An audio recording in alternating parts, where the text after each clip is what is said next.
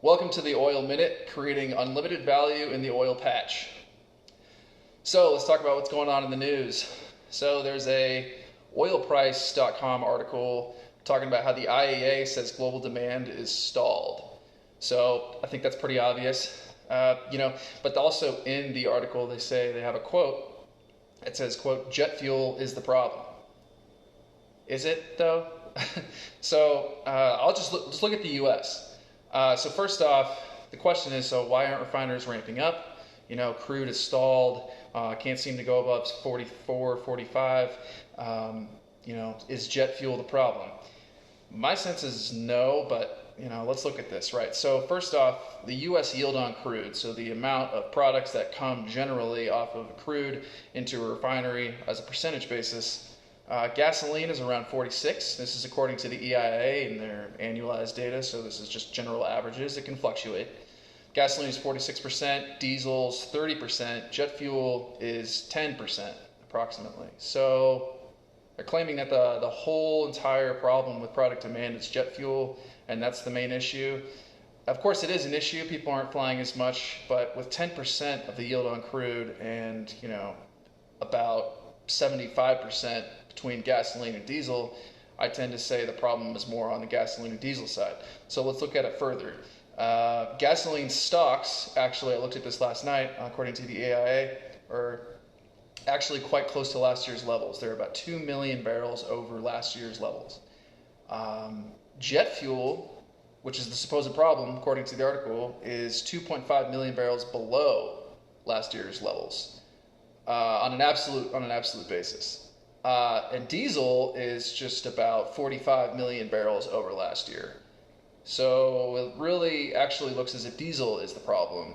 Of course, refiners can actually shift some jet fuel into the diesel pool, so there might be some overlap there. But just given the actual scale, the overbuild on diesel, until you actually see diesel demand pick up generally, I highly doubt that jet fuel is the main reason that's keeping the refiners from ramping up around the world. It is a reason, I just don't think it's the big issue. So, moving on, next time you're at a barbecue, here's a nice conversation tip for you. Tell your friend that fracking saved the U.S. from coal emissions, and see if there's any cognitive dissonance there. So, if we just talk about carbon emissions generally, I think we all can agree that coal is a very dirty source in terms of what is going to generate electricity. It's normally been quite cheap, especially in the U.S. Northeast, as in the Pennsylvania, West Virginia area. You do have a lot of coal deposits historically as well as right now.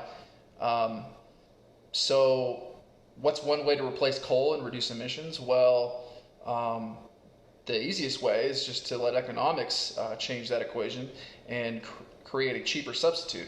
Another cheaper substitute, which is cleaner, is natural gas.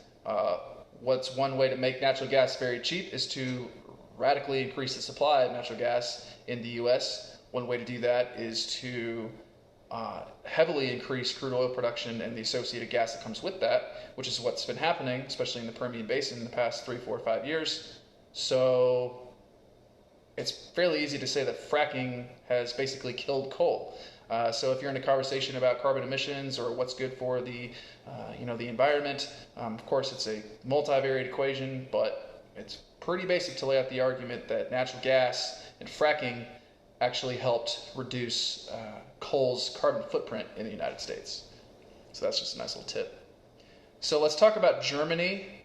Germany, again, is threatening to change their official position on Nord Stream 2. So Nord Stream 2 is a Russian natural gas pipeline that is supposed to be complete early next year. That will send a lot of Russian natural gas into Germany to help satisfy demand in Germany. This story is an exception to my general rule around economics drive the market more than politics. This is definitely politics. If we just look at the economics of it, it's way more in Russia's interest purely on paper to source Russian natural gas, because natural gas has to be contained in a pipe or it has to be liquefied. It's extremely volatile, so you can't just drive it in a truck across borders or put it on a basic ship. So with there being a land pipeline from Russia, it's actually a pretty good, reliable source of natural gas for the German market. Alternate suppliers include the Middle East or include the U.S., but again, when we're talking about natural gas, you're going to have to liquefy it, you're going to have to put it on a heavily condensed ship to keep it liquid, LNG, liquefied natural gas, have to ship it across the ocean, you're going to have to regasify it. All these logistics are expensive, whereas you could just source a Russian pipe into Germany. So I get the geopolitics of it all, and that's what's driving it. Trump's been very vocal about it in terms of how it relates to NATO. So where this is going to go is going to be all about politics, because on paper it just makes total sense to me that pipeline into your country for natural gas is preferable on a pricing side of it on paper to sourcing it all the way from around the world, even if that country is your ally. So that's just basically driven by politics in my estimation. So really quick before we go, I know that Brent is trading below $40 a barrel, or at least it was earlier this morning. When I was checking, I think WTI is around 36. So just a quick reaction on that. I mean, my sense of that is that's basically the market just reacting to the Saudi,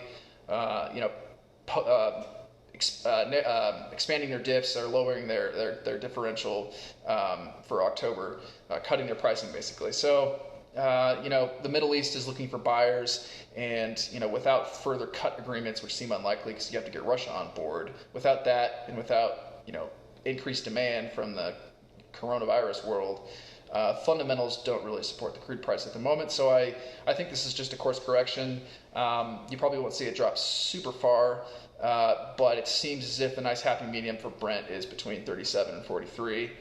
Just a general range, just kind of my own sense of that, not super quantitative, but that's where the fundamentals stand at the moment. So anyways, I'm Zachary Rogers, and thank you for joining the Oil Minute.